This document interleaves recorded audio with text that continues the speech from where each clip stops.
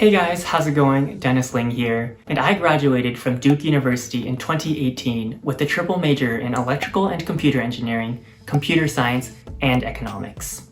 And back when I was originally planning my majors in college, I didn't have many resources about triple majoring, and I had a lot of questions, like, is it even possible to triple major while maintaining a balanced college experience? Where do you even go about starting to plan a triple major? And is a triple major even useful in the real world? And so now that I've gone through this whole experience and I've gotten my triple major and I've been working for the past couple years, I wanted to make this video to answer all those questions. So for all of you folks who are in high school or college and are trying to figure out what to study, or even if you're just curious about what triple majoring is like, hopefully this video is informative for all of you guys. I'm going to be breaking down this video into 3 main points. The first point is the college experience and how to balance the academic course load with a social life. The second point is how to plan out a triple major and everything you need to take into account when you're considering a triple major.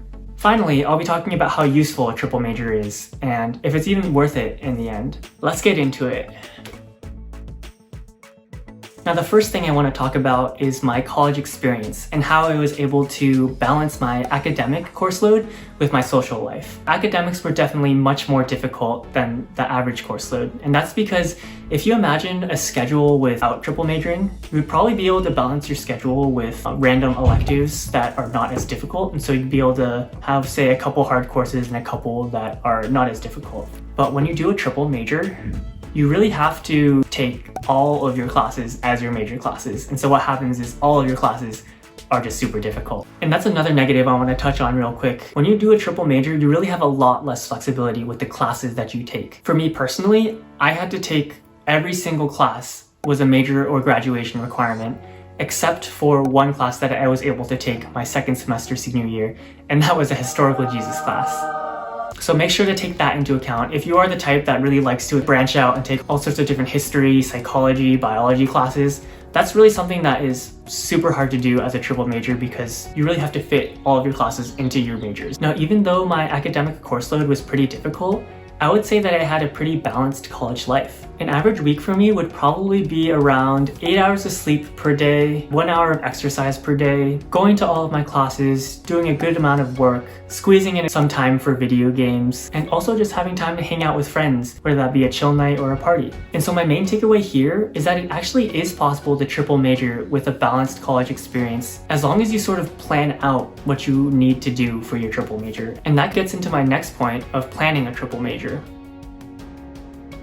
Alright, so now I want to talk about how I planned my triple major. The most important step is to just understand all of the requirements that you need for each of your individual majors. And so here you can see the requirements for graduating from the Pratt School of Engineering with one major of electrical and computer engineering. These are all of the prerequisites and the requirements that you need to take in order to get this one major. Now here are the classes for computer science, and here are the classes for economics.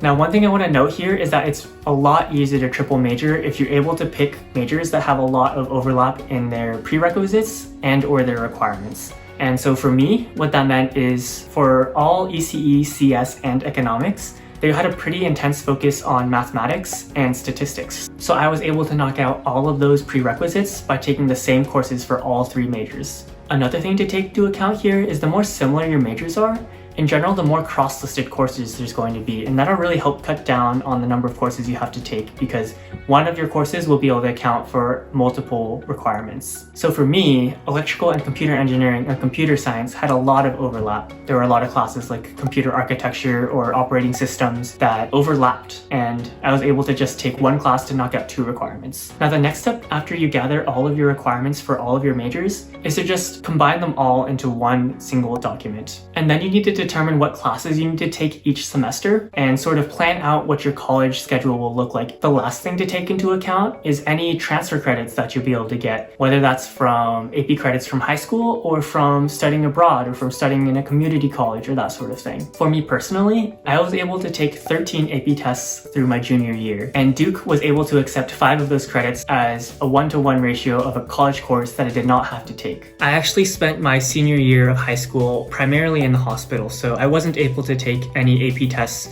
or really any classes my senior year, but that's a story for another time, and keep your eyes peeled for that video. I was also lucky enough to be able to study at the University of Washington in Seattle. I took a physics course there, and also the London School of Economics, where I was able to take international economics and econometrics. And so that was 3 additional courses that I was able to take not at Duke, which totals up to 8 classes that I didn't have to take at Duke during the semester. Now this was a huge help to me because I was able to go through my entire college career without having to take more than the baseline number of classes. I think the most important takeaway here is to just make sure you plan it out step by step, making sure to take into account your cross-listed courses as well as your transfer credits. The final point I want to talk about is how useful a triple major really is. I'm not gonna lie, putting down triple major on my resume and my other professional documents, it feels really good, and it definitely is a way to stand out from other potential applicants. However, the number of majors you have really is such a minor part of your resume, and there are so many other things that are more important than the number of majors you have. For example, your GPA is one thing that a lot of companies will just use to filter out any resumes under this GPA will just get tossed out. For me, I had a relatively low GPA, so I honestly probably missed out on a few interviews because of my low GPA. Other things such as your personal projects, if you were super passionate about something and you've proven through certain individual things that you've done, that's definitely a way to differentiate yourself more so than a triple major. Another example would be your previous work experience, because if you've dedicated a whole summer or a whole number of months to a certain field, that really demonstrates to companies that you're really dedicated in this one field. And so to kind of wrap this into potentially using your triple major to branch out into other subjects, it's really difficult still, even if you have a major, because if you don't have those other things that I mentioned, like your GPA or your previous work experience or the personal projects for your other majors, then it's really hard for you to get into that field, even if you have that major. And before I talk about if I regretted triple majoring, I want to talk about why I triple majored and kind of give you the context of my college journey. So I actually came into Duke University in August 2014, and I originally came in with the intention of majoring in biomedical engineering because I had spent a lot of time in the hospital my senior year, like I mentioned before. So I had a lot of interactions with medical equipment and medical software, and I felt it would be really meaningful for me to get into a field that had impacted my life so much. But after my first semester freshman year, I had taken a chemistry course, and I kind of just realized that I'm not super into chemistry or biology, and I was much more interested in computer science. So by my second semester freshman year, I had kind of switched my mental path. I started to focus more on computer science and electrical and computer engineering. That was a pretty common double major at Duke because there was a lot of overlap in the requirements and the prerequisites, and there was a lot of cross-listed courses as well. At that same time, second semester freshman year, I had decided to take the second level of economics because in the Pratt School of Engineering, there is a graduation requirement to take a certain number of social sciences or humanities. And so for me, I wanted that to be economics. And maybe around the middle of my sophomore year, as I was planning out my courses and what I could do in addition to my double major, I just realized because I have so many AP credits and because I had planned my transfer credits, I could just actually add on the economics major and increase the difficulty of my schedule by a decent amount. But at the same time, I wouldn't have to overload and take additional classes per semester. So for me, that trade-off was worth it because I was able to add on additional depth of knowledge in the economics field that I was already interested in, even though I knew I would have to be taking on a much more difficult course load. And so through my junior and senior year, I just followed through with that plan. I took all of the computer science, economics, and electrical and computer engineering courses that I needed to, and I was able to get my triple major. Most likely, one major will get you just as far as getting 2 majors or 3 majors.